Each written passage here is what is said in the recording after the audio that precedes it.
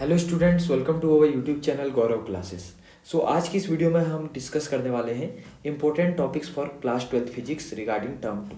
ठीक है, तो इस वीडियो में मैं आपको सभी important topics one by one बताऊंगा।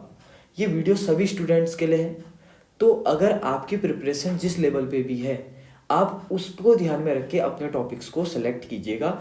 इनमें से भी मैं बताऊंगा कि मोस्ट इंपॉर्टेंट टॉपिक कौन से हैं और किस टॉपिक से कौन सा पोर्शन आपके एग्जाम में आता है। ठीक है, तो चलिए फिर वीडियो को शुरू करते हैं। सबसे पहले स्टार्ट करते हैं हम अपना ज्योमेट्रिकल ऑप्टिक्स। ठीक है, इससे पहले भी एक टॉपिक आता है जो कि इलेक्ट्रोमैग्नेटिक वेव, उसको मैंने सबसे एंड में लिया हुआ है। मैं यहाँ पर सबसे बड़ा जो हमारा टॉपिक आता है ऑप्टिक्स का, उसको मैं यहाँ पर पहले डिस्कस करने वाला हूँ। जैसा कि आपको आपकी स्क्रीन में दिख रहा है, ऑप्टिक्स के दो पार्ट हैं, एक है ज्योमेट्रिकल ऑप्टिक्स और एक है वेव ऑप्टिक्स। तो सबसे पहले हम डिस्कस करते हैं ज्योमेट्रिकल ऑप्टिक्स। तो ज्योमेट्रिकल ऑप्टिक्स में सबसे पहला आपका इंपॉर्टेंट टॉपिक है स्नेल्स लॉ। देखिए, स्नेल्स लॉ से क्वेश्चन नहीं आएंगे, डायरेक्ट क्वेश्चन नहीं आएगा, बट विदाउट स्नेल्स लॉ आप कोई भी डेरिवेशन नहीं कर सकते या आप टोटल इंटरनल रिफ्लेक्शन के कोई भी क्वेश्चन या न्यूमेरिकल्स को सॉल्व नहीं कर सकते। तो इसीलिए स्नेल्स लॉ पढ़ना आपके लिए कंपलसरी है। उसके बाद देखिए, अपेरेंट डेप्थ पे एक न्यूमेरिकल आ सकता है, इसका डेरिवेशन नहीं आएगा। अब इंपॉर्टेंट टॉपिक आता है आपका TIR, यानी कि टोटल इंटरनल रिफ्लेक्शन। ठीक है, रिफ्लेक्शन। तो इसमें देखिए क्या क्या आएगा। इसमें सबसे पहले तो इसकी कंडीशन आएंगी कि क्या क्या कंडीशन है। उसके बाद इस पे आएगा आपका डेफिनेशन, यानी कि इस फिनोमिना को समझाने को आएगा। इसके बाद इसके एप्लीकेशंस आएंगे, ये भी आ सकते हैं कि मिराज बनता है, ठीक है, डायमंड में मल्टीपल रिफ्लेक्शन होता है, बहुत सारे एप्लीकेशंस हैं इसके। और फाइनली इस पे आएगा न्यूमेरिकल, और इस पे न्यूमेरिकल केस बेस्ड में बनने के 100% चांस हैं। तो इस टॉपिक को आपको छोड़ना नहीं है। ठीक है, तो अभी तक का सबसे इंपॉर्टेंट टॉपिक था हमारा TIR, यानी कि टोटल इंटरनल रिफ्लेक्शन। इसके बाद बात करते हैं हम reflection in the spherical surface. अब देखिए इस पे क्या है, जो ये टॉपिक है आपका, इस टॉपिक की मदद से आपका नया टॉपिक बनता है जो कि है लेंस मेकर फॉर्मूला। यानी कि अगर आपको ऊपर के दो फॉर्मूले याद नहीं है तो आप लेंस मेकर फॉर्मूला नहीं बना सकते हैं। तो इसीलिए रिफ्रैक्शन इन स्फेरिकल सरफेस आपके लिए इंपॉर्टेंट हो जाता है। नो डाउट इसका डेरिवेशन थोड़ा सा लेंथी है, बट आपको ये फॉर्मूला किसी भी हाल में याद करना होगा। जो कि फॉर्मूला क्या था, फॉर्मूला मैं आपके सामने एक बार डिस्कस कर देता हूँ। 2 मिनट रुकिएगा। दिस फॉर्मूला मैं आपके सामने डिस्कस कर देता हूँ।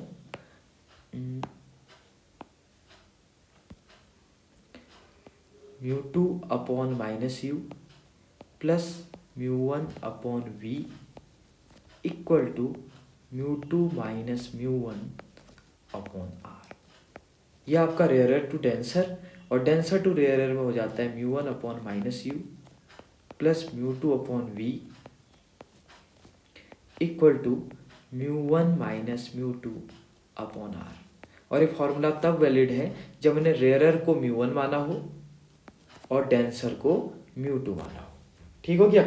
तो देखिए ये फॉर्मूला मैंने यहाँ पर लिख दिया है, और इसी की मदद से आपका लेंस मेकर फॉर्मूला भी बनता है। ठीक हो गया। तो चलिए फिर अगले टॉपिक पे चलते हैं। अगला है आपका इमेज फॉर्मेशन।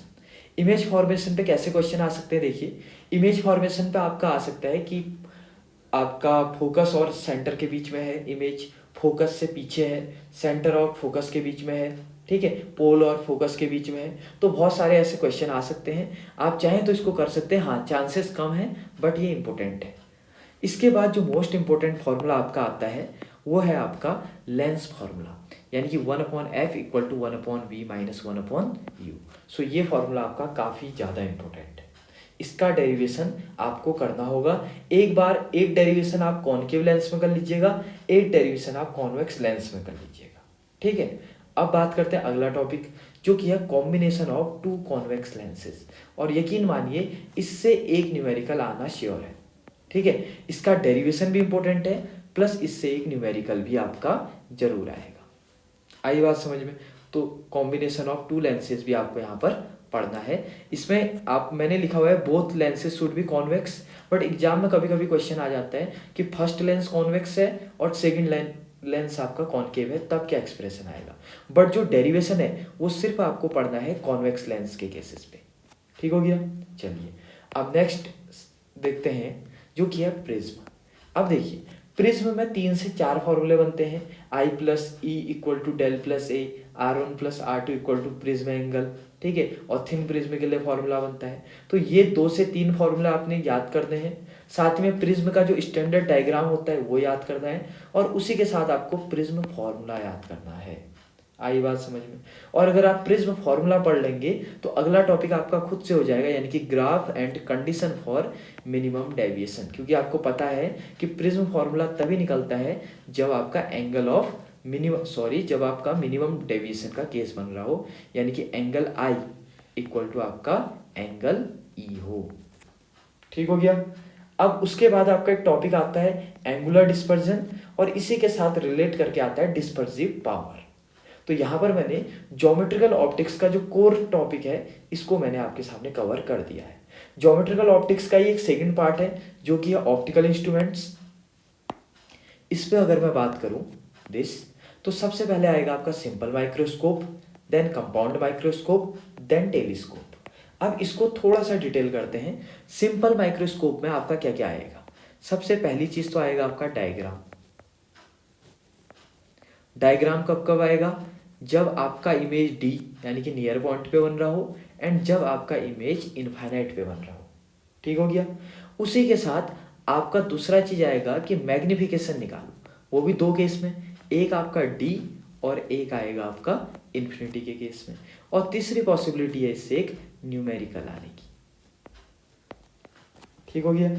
तो यहाँ पर डायग्राम भी आ सकता है, मैग्निफिकेशन भी आ सकता है और न्यूमेरिकल भी आ सकता है। ये सेट टू सेट वेरी करता है कि आपके सेट में कौन सा क्वेश्चन फंसता है। इसके बाद बात करते हैं compound microscope. Same to same यहाँ पर डायग्राम आएगा, ठीक है, डायग्राम। अब डायग्राम में यहाँ पर आपको एक चीज बता दूं कि यहाँ पर सिर्फ जो नियर पॉइंट पे इमेज बनता है उसी का डायग्राम आता है, आपका इन्फिनिटी वाला डायग्राम नहीं आएगा। ठीक हो गया। बट जो मैग्निफिकेशन है, मैग्निफिकेशन ये आपका डी पे भी आएगा और इनफाइनाइट पे भी आएगा। और सिमिलरली आपका जो न्यूमेरिकल है ये दोनों केसेस पे आ सकते हैं, यानी कि आपका डी पे मैग्निफिकेशन क्या होगा एंड इनफाइनाइट पे मैग्निफिकेशन क्या होगा। ठीक हो गया। तो मैंने सिंपल माइक्रोस्कोप और कंपाउंड माइक्रोस्कोप आपके सामने डिस्कस कर लिया है। इसके बाद बात करते हैं टेलीस्कोप। टेलीस्कोप के 2 पार्ट होते हैं, एक होता है रिफ्लेक्टिंग और एक होता है रिफ्रैक्टिंग। तो पहले रिफ्लेक्टिंग को अगर निपटाऊं तो रिफ्लेक्टिंग में आपका जस्ट क्या आएगा, नोट, यानी कि आपको छोटा सा उसमें क्या लिखना होगा, नोट। यानी कि 2 टाइप के आपके जो रिफ्लेक्टिंग टेलीस्कोप होते हैं इनके बारे में नोट लिखना होगा, और हो सके तो इनका मैग्निफिकेशन पावर क्या होता है ये बनाना पड़ेगा, और नोट के साथ आप डायग्राम बना दें, ठीक है, तो ये बहुत बढ़िया हो जाएगा दिस। अब बात करते हैं रिफ्रैक्टिंग में। तो आपका रिफ्रैक्टिंग टेलीस्कोप का एक टाइप है एस्ट्रोनॉमिकल टेलीस्कोप, ठीक है। और ये आपका आएगा, इसमें आपका आएगा सबसे पहले इमेज फॉर्मेशन। इमेज फॉर्मेशन भी 2 कंडीशन में आएगी, एक इन्फिनिटी पे क्या होगा और एक नियर पॉइंट डी पे क्या होगा। दूसरा चीज आएगा आपका मैग्निफिकेशन। मैग्निफिकेशन भी आपका एक इन्फिनिटी के केस में आएगा एंड देन डी के केस में आएगा। और तीसरी चीज इसमें आएगी न्यूमेरिकल। यानी कि ऑप्टिक्स का टॉपिक आपका सबसे बड़ा टॉपिक है अभी तक, ठीक है। और अब आपने नोट कर लिया होगा कि इनमें से आपको क्या क्या पढ़ना है। बट अगर मैं ज्योमेट्रिकल ऑप्टिक्स की शॉर्ट बात बताऊं आप क्या क्या पढ़ सकते हैं, तो इसको यहां पर मैं लिख देता हूं जो आप पढ़ सकते हैं और मोस्ट इंपोर्टेंट है।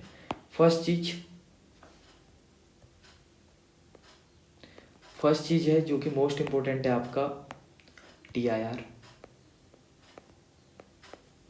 दूसरा चीज है आपका लेंस मेकर फार्मूला। तीसरा चीज है आपका लेंस फार्मूला। चौथा चीज है आपका इधर पे कॉम्बिनेशन ऑफ लेंसेस। ठीक हो गया। और उसके बाद 5वां प्रिज्म। अब प्रिज्म में प्रिज्म फार्मूला मैंने इंक्लूड किया हुआ है, ठीक है।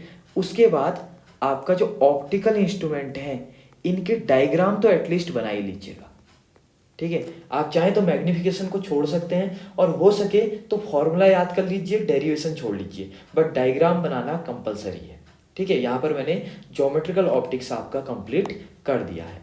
चलिए फिर अब नए टॉपिक पे आते हैं। नया टॉपिक है आपका वेव ऑप्टिक्स। देखिए अब अगर मैं वेव ऑप्टिक्स पे बात करूं तो सबसे पहले आएगा आपका हाइगन्स प्रिंसिपल, ठीक है। और हाइगन्स प्रिंसिपल के बेसिस पे law of refraction and law of reflection को प्रूफ करना आएगा। आपका जस्ट क्वेश्चन आएगा state the laws of Huygens and on the basis of this laws, ठीक है, प्रूफ या लॉ ऑफ रिफ्लेक्शन आएगा या आपके सेट में लॉ ऑफ रिफ्रैक्शन आएगा। और एक क्वेश्चन आना आपका ये मान के चलिए कि निश्चित है, ठीक है, 100% श्योर है। उसके बाद आपका आएगा इंटरफेरेंस। इंटरफेरेंस की डेफिनेशन आएगी और उसके दो केसेस आएंगे, कंस्ट्रक्टिव एंड डिस्ट्रक्टिव। यहाँ पर मेरा एक सजेशन रहेगा आपसे कि अगर इसका आप डेफिनेशन पढ़ ले, पहली बात तो डेफिनेशन प्लस कंस्ट्रक्टिव का भी ग्राफ पढ़ लें और डिस्ट्रक्टिव का भी आप ग्राफ पढ़ लें। ग्राफ बोले तो आप फिगर के फॉर्म में अगर इसको रिप्रेजेंट कर पाएँ तो बहुत बढ़िया चीज़ है। उसके बाद आपका टॉपिक आता है YDSC यानी कि यंग डबल स्लिट एक्सपेरिमेंट। और ये टॉपिक तो आप जानते हैं कि मोस्ट इंपॉर्टेंट टॉपिक है, यंग डबल स्लिट एक्सपेरिमेंट। और उसके बेसिस पे आपके दो कंडीशन फाइंड करने को आते हैं, condition of constructive interference and destructive interference, ठीक हो गया। और जब एक बार आप ये निकाल लेते हैं तो एक डेरिवेशन आता है आपका फ्रिंज विड्थ का, ठीक हो गया। तो इसमें भी मुझे क्या लगता है कि या तो किसी के सेट में आएगा कि इंटेंसिटी के लिए फॉर्मूला निकालो, रिजल्टेंट इंटेंसिटी, किसी के सेट में आएगा कि इंटेंसिटी के फॉर्मूले से आप condition of constructive and destructive interference निकालो, या किसी के सेट में आएगा कि आप फ्रिंज विड्थ निकालो, ठीक है। अब देखिए पूरा YDSC किसी एक क्वेश्चन में आना नामुमकिन है, क्योंकि पहले से जो पेपर होते थे उसमें 5 मार्क्स के क्वेश्चन आते थे तो ये क्वेश्चन चल जाता था। बट अब जो आपके पेपर आ रहे हैं, एग्जाम हो रहे हैं, इनमें कम मार्क्स के क्वेश्चन है, ठीक है। और जो ज़्यादा मार्क्स के क्वेश्चन हो केस बेस्ड क्वेश्चन है और उसमें इतने बड़े टॉपिक और इतने टफ टॉपिक आ नहीं सकते, तो आपका इस टॉपिक को छोटे छोटे पार्ट में तोड़ दिया जाएगा। तो एक के सेट में आएगा आप रिजल्टेंट इंटेंसिटी तक का डेरिवेशन दिखाओ, किसी के सेट में आएगा कि इंटेंसिटी की मदद से कंस्ट्रक्टिव और डिस्ट्रक्टिव दिखाइए, और किसी के आपके सेट में आएगा कि आप फ्रिंज विड्थ का कैलकुलेशन कीजिए। बट पढ़ना आपको ये चारों टॉपिक्स है, ठीक है। और उसके बाद बात आती है आपकी डिफ्रैक्शन। अब डिफ्रैक्शन में क्या होगा ये देखिए, जो डिफ्रैक्शन टॉपिक है इसमें हो सके तो आप सबसे पहले इसका डायग्राम तो पढ़ ही लीजिएगा, ठीक है, डायग्राम प्लस अगर हो सके तो एक छोटा सा डेरिवेशन है, डेरिवेशन देख लीजिएगा। बट अगर वो नहीं भी देखेंगे तो चलेगा, बस फॉर्मूला याद कर लीजिएगा फ्रिंज विड्थ का, ठीक है। और वो सेम होता है इंटरफेरेंस के केस में भी और डिफ्रैक्शन के केस में भी। और तीसरी चीज, आप इस पे एक दो न्यूमेरिकल देख लीजिएगा कि किस टाइप के आपके न्यूमेरिकल इसमें आते हैं। और यहाँ पर हमारा ऑप्टिक्स खत्म होता है। और एक बार अगर ऑप्टिक्स खत्म हो जाता है तो मान के चलिए कि आपका फिजिक्स का जो सिलेबस है वो लगभग खत्म हो जाता है, क्योंकि सबसे बड़ा यूनिट आपका ये ऑप्टिक्स ही था, ठीक है। अब हम चलते हैं फिजिक्स के अगले यूनिट की तरफ, जो कि आपका मॉडर्न फिजिक्स। अब देखिए मॉडर्न फिजिक्स में मैंने यहाँ पर 3 चैप्टर कंसिडर किए हैं, dual nature, atom and nuclei. यहाँ पर मैंने सेमीकंडक्टर फिजिक्स को एक डिफरेंट चैप्टर माना है। तो इस स्क्रीन में आपको जितने भी चैप्टर दिख रहे हैं, यानी कि डुअल नेचर, एटम और न्यूक्लियाई, उसका सिलेबस सिर्फ इतना सा ही है, ठीक है। तो एक बार अगर आप ऑप्टिक्स कंप्लीट कर लेते हैं तो ये कंप्लीट करना आपके लिए उतनी बड़ी बात नहीं होगी। तो पहला टॉपिक हम बात करते हैं डुअल नेचर। डुअल नेचर पे देखते हैं। सो डुअल नेचर में जब हम देखते हैं तो सबसे पहले हमें कुछ डेफिनेशंस याद करनी है। पहली डेफिनेशन है आपकी फोटो इलेक्ट्रिक इफेक्ट क्या होता है या फोटो इलेक्ट्रिक इमिशन क्या होता है। उसके बाद आपको work function and threshold frequency, इन दोनों की डेफिनेशन प्रॉपर याद करनी है, ठीक है। और इसको समझना है क्योंकि इससे रिलेटेड लॉजिकल क्वेश्चन भी वहाँ पर बन सकते हैं। अगली बात, laws of photoelectric emission. Photoelectric emission के 4 से 5 लॉज हैं, उनको आपको याद करना है, ठीक है। और हो सके अगर उनको ग्राफिकल तरीके से अगर आप रिप्रेजेंट करें तो और अच्छी बात है। वो मैंने सब कुछ बता रखा है वीडियो के लास्ट में। ये जितने भी टॉपिक्स मैं बता रहा हूँ इन सब का कंटेंट भी मैं आपको प्रोवाइड करवा दूंगा, ठीक है। तो देखिए उसके बाद बात करते हैं आइंस्टाइन फोटो इलेक्ट्रिक इफेक्ट, और ये मोस्ट इंपॉर्टेंट है और इससे आना ही आना है वहाँ, ठीक है।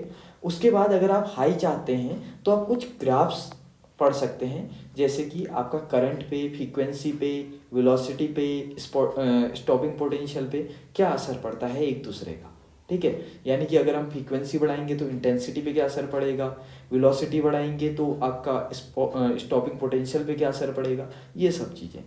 अगला चीज़ आता है आपका नेक्स्ट डी ब्रोगली रिलेशन यानी कि डी ब्रोगली वेवलेंथ, और इस पे आपका एक न्यूमेरिकल बनेगा। और हो सकता है कि अगर आपकी किस्मत अच्छी रहे तो इस पे आपका एक डेरिवेशन आ जाए, या तो आ जाए कि एक्सप्लेन डी ब्रोगली वेवलेंथ, या आ सकता है कि explain de Broglie wavelength in terms of kinetic energy या इन टर्म्स ऑफ पोटेंशियल, ठीक है, स्टॉपिंग पोटेंशियल, या आ सकता है आपका एक न्यूमेरिकल।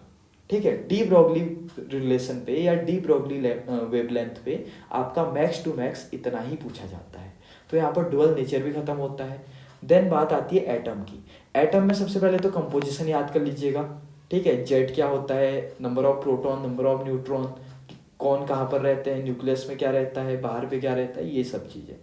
अगली चीज़ हो सके तो डिस्कवरी ऑफ न्यूक्लियस को थोड़ा सा देख लीजिएगा, एग्जाम में नहीं आएगा बट हाँ नॉलेज के लिए देख लीजिएगा, क्या पता आ गया। ठीक हो गया। देन हम बात करते हैं, इसके बाद एक डेरिवेशन आपका आता है जो कि आपका डिस्टेंस ऑफ क्लोजेस्ट अप्रोच, इसको ट्राई कर सकते हैं आप। और उसके बाद सबसे इंपॉर्टेंट आता है आपका बोहर पॉस्टुलेट्स। बोहर ने 3 पॉस्टुलेट्स दिए थे, उनको आपको याद करना है, और उसके बेसिस पे Bohr radius, Bohr velocity, total energy and frequency, इसके आपने क्या करने हैं, डेरिवेशन बनाने हैं। और यहाँ पर जो आपका टोटल एनर्जी है दिस, ठीक है, इस पे आपका न्यूमेरिकल भी पूछा जा सकता है, बाकी पे भी पूछा जा सकता है बट बहुत कम चांसेस है। बट टोटल एनर्जी पे डेरिवेशन प्लस न्यूमेरिकल कुछ भी वहाँ पर पूछा जा सकता है। ठीक है, इसको हम इम्पोर्टेंट कर लेते हैं। इसके बाद आता है आपका इम्पोर्टेंट जो कि है energy emitted by the electron from N2 यानी कि higher orbit to lower orbit. आपने डेरिवेशन देखा होगा। और इसके बाद इसी के बेसिस पे आपको एक्सप्लेन करना होता है हाइड्रोजन स्पेक्ट्रम, और इसको तो आप पक्का तैयार करके ले जाइएगा। ठीक हो गया, हाइड्रोजन स्पेक्ट्रम। चलिए, एटम यहाँ पर खत्म हो गया। और हाँ, हाइड्रोजन स्पेक्ट्रम के साथ डिफरेंट सीरीज आपने पढ़ा है, Lyman series, Balmer series, Paschen series. और हो सकता है कि आपका न्यूमेरिकल भी आए, हो सकता है क्या, इस पे न्यूमेरिकल आ सकता है, अच्छे खासे चांस हैं। और न्यूमेरिकल में पूछा जाएगा the distance of shortest wavelength, longest wavelength, shortest energy, longest energy, इस पे आपके न्यूमेरिकल बन सकते हैं। ठीक हो गया। देन नया चैप्टर आपका आता है न्यूक्लियाई। न्यूक्लियाई में सबसे पहले न्यूक्लियर साइज यानी कि न्यूक्लियर रेडियस, इसका डेरिवेशन। देन न्यूक्लियर डेंसिटी, बहुत इंपॉर्टेंट है। और एक क्वेश्चन बन के आता है कि एक्सप्लेन या शो कि जो आपका न्यूक्लियर डेंसिटी होता है वो इंडिपेंडेंट ऑफ मास नंबर होता है। ठीक है, अब आपका नया derivation mass defect. Mass defect क्या होता है, नंबर ऑफ न्यूक्लियॉन्स क्या होता है, उसी के बेसिस पे आपका बाइंडिंग एनर्जी पूछा जाता है, ये क्या होता है। देन आपका एक इंपॉर्टेंट ग्राफ है बाइंडिंग एनर्जी पर न्यूक्लियॉन वर्सेस एटॉमिक मास, और इस ग्राफ को आपने एज इट इज याद करना है। आपको एक ग्राफ प्लॉट करने को आ सकता है, और इस ग्राफ के बेसिस पे न्यूक्लियर फ्यूजन एंड फिजन लिखने को आ सकता है। ठीक हो गया, और यहाँ पर आपकी मॉडर्न फिजिक्स कंप्लीट होती है। अब लास्ट सेगमेंट पे चलते हैं जो कि हमारा सेमीकंडक्टर फिजिक्स। देखिए, सेमीकंडक्टर फिजिक्स में कोई सिलेबस है ही नहीं, ये मान के चलिए कि हल्का सा सिलेबस है, थ्योरी पढ़नी है, थ्योरी याद हो जाएगी। ये चैप्टर में आपको फ्री के नंबर बढ़ रहे हैं। सबसे पहले आपको बॉन्ड थ्योरी पढ़नी है, यानी कि classification of conductor, semiconductor and insulator पढ़ना है। उसके बाद आपको सेमीकंडक्टर में एक डिफरेंस पढ़ना है, यानी कि आपकी किसी भी रिफ्रेशर में देखिए या किसी भी बुक में देखिए चार्ट दिया रहता है, इंस्ट्रिंजिक सेमीकंडक्टर वर्सेस एक्सट्रिंजिक सेमीकंडक्टर। एक आपका इम्प्योर होता है, एक आपका प्योर सेमीकंडक्टर होता है। दूसरा आपका डिफरेंस आपको याद करना है N type versus P type. इस पे आपको ये याद करना है कि मेजॉरिटी चार्ज कैरियर किस में क्या होता है, एन टाइप में इलेक्ट्रॉन होते हैं, पी टाइप में होल्स होते हैं, ये सब चीज़ें याद करनी है। और आपको एक डोपिंग का प्रोसेस याद करना है कि व्हाट इज डोपिंग, यानी कि addition of impurity is called doping. सिर्फ इतना ही याद करना है, और पहला सेगमेंट आपका यहाँ पर खत्म होता है। दूसरे सेगमेंट में देखिए पीएन जंक्शन क्या होता है, डायग्राम सही, छोटा सा एक डायग्राम है, सिंबल है। ठीक है, पीएन जंक्शन के जितने भी सिंबल हो सकते हैं, एरो हेड वाला, ठीक है, और ट्राइंगल वाला, ये सब चीज़ें। फॉर्मेशन ऑफ डिप्लेशन लेयर, और इसी के साथ पोटेंशियल बैरियर, इन दोनों को रिलेट करके क्वेश्चन पूछा जाता है कि डिप्लेशन लेयर और पोटेंशियल बैरियर कैसे कैसे काम करता है। उसके बाद नया कि biasing, forward biasing and reverse biasing. ठीक हो गया, ये हो गया। उसके बाद बात करते हैं हम वीआई कैरेक्टरिस्टिक्स, किसकी, forward bias and reverse bias. और फॉरवर्ड बायास में आपका पूछा जाता है नी वोल्टेज, और रिवर्स बायास में पूछा जाता है आपका ब्रेक डाउन वोल्टेज। और साथ ही साथ में रिवर्स बायस में आपका मेन पूछा जाता है जो कि है रिवर्स सैचुरेशन करंट। ठीक हो गया। चलिए नेक्स्ट टॉपिक है आपका रेक्टिफायर। रेक्टिफायर तो आपको पता है कि बहुत ज़्यादा इंपॉर्टेंट है, ये आपको पढ़ना ही पढ़ना है। रेक्टिफायर में एक आपका आता है फुल वेव रेक्टिफायर, एक आपका आता है हाफ वेव रेक्टिफायर। इसमें चाहे आप फुल वेव पढ़ें चाहे आप हाफ वेव पढ़ें, आपने पढ़ना क्या क्या है, आपने पढ़ना है डायग्राम, ठीक है, या आप इसको बोल सकते हैं सर्किट। उसके बाद इसका पढ़ना है वर्किंग, उसके बाद आपने पढ़ना है इसका ग्राफ। सेम फॉर है, यहाँ भी आपने सेम करना है, ठीक है, diagram plus working plus graph. और यहाँ पर आपका रेक्टिफायर हो जाता है। और हाँ, रेक्टिफायर का डेफिनेशन भी कई बार पूछ दिया जाता है कि रेक्टिफायर क्या चीज़ है। ठीक है, रेक्टिफायर एक डिवाइस है जो एसी करंट जो डीसी करंट को आपका जो आपका एसी करंट को डीसी में चेंज करता है, उस डिवाइस का नाम होता है रेक्टिफायर। ठीक हो गया। चलिए उसके बाद बात करते हैं, आपका जो नया टॉपिक आता है वो है आपका डायोड। ठीक है, डायोड में आपके 3 टाइप के डायोड आपके सिलेबस में, photo diode, LED and solar cell. इसमें आपने क्या क्या पढ़ना है, देखिए जब आप फोटो डायोड पढ़ेंगे सबसे पहले आपने इसका डायग्राम पढ़ना है, डायग्राम डिस्कस करना है। उसके बाद आपने इसका वर्किंग कि ये कौन से बायस में यूज होता है, ठीक है, ये रिवर्स बायस में चलता है आपको पता है। उसके बाद इसके कुछ यूजेस इंपॉर्टेंट है, ठीक है, और डायग्राम में इसका जो रिप्रेजेंटेशन है प्लस जो इसका डायग्राम है दोनों। एलईडी में भी सेम डायग्राम प्लस आप चाहे तो सिंबल भी लिख सकते हैं, सिंबल एलईडी का, ऐसी सिंबल इधर भी, यहाँ भी आपका सिंबल यहाँ भी पढ़ना है। उसके बाद अब तीसरी चीज वर्किंग, और यूजेस लिखने की जरूरत नहीं है, एलईडी के आप ढेर सारे यूजेस जानते हैं। सोलर सेल में भी बात कर लेते हैं, सेम डायग्राम देन वर्किंग, साथ ही साथ में इसका सिंबल, और उसी के बाद आपका यूजेस। और यहां पर आपका सेमीकंडक्टर फिजिक्स का भी सारा यूनिट कंप्लीट होता है। इसके बाद नेक्स्ट और लास्ट चैप्टर पे चलते हैं जो कि आपका इलेक्ट्रोमैग्नेटिक वेव। देखिए इलेक्ट्रोमैग्नेटिक वेव से मुझे नहीं लगता कि डायरेक्ट कोई क्वेश्चन आएगा। आपका जो मॉडर्न फिजिक्स है उससे रिलेट करके, या जो आपका सेमीकंडक्टर फिजिक्स है उससे रिलेट करके एक ईएम वेव का क्वेश्चन पूछा जा सकता है। जैसे कि मान लीजिए फोटोन गिर रहा है, बताइए कि कौन सा फ्रीक्वेंसी रेंज है, वो कौन सा ईएम वेव बनाएगा, इस टाइप का क्वेश्चन आ सकता है।